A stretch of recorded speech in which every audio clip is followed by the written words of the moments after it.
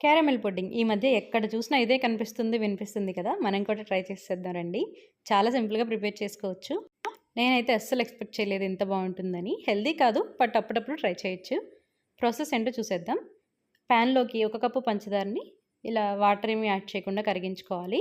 ఇలా కరిగిన సిరప్‌ని ఏదైనా మన ఇంట్లో నార్మల్ బాక్సెస్‌లో వెంటనే ఇలా కరగ్గానే పోసేసుకోవాలి. పోసేసుకొని ఈ బాక్స్‌ని పక్కన పెట్టేసుకోండి.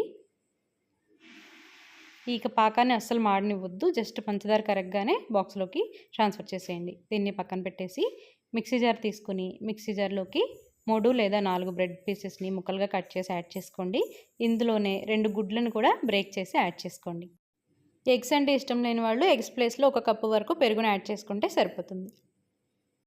ఇలా గుడ్లను కూడా యాడ్ చేసేసి ఇందులో ఒక హాఫ్ టీ స్పూన్ వరకు బేకింగ్ పౌడర్‌ని యాడ్ చేసి కొద్దిగా వెనిలా ఎసెన్స్‌ని అలాగే ఒక 3 టేబుల్ స్పూన్ల వరకు పంచదారని యాడ్ చేసి గ్రైండ్ చేయండి. ఇందులోనే కొద్దిగా పాలను కూడా యాడ్ చేసి మిక్స్ చేస్తే మనకి క్రీమీ టెక్స్చర్‌లో రెడీ అయిపోతుంది.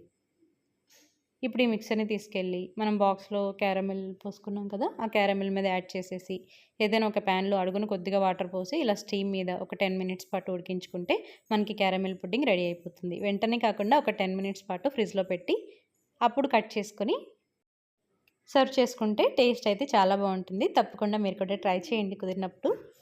సింపుల్‌గా ప్రిపేర్ చేసుకోవచ్చు. 10-15 మినిట్స్‌లో రెడీ అయిపోతుంది. ఏదైనా స్వీట్ తినాలి అనిపించినప్పుడు ఇన్‌స్టెంట్‌గా అప్పటికప్పుడు ప్రిపేర్ చేసేసుకోవచ్చు.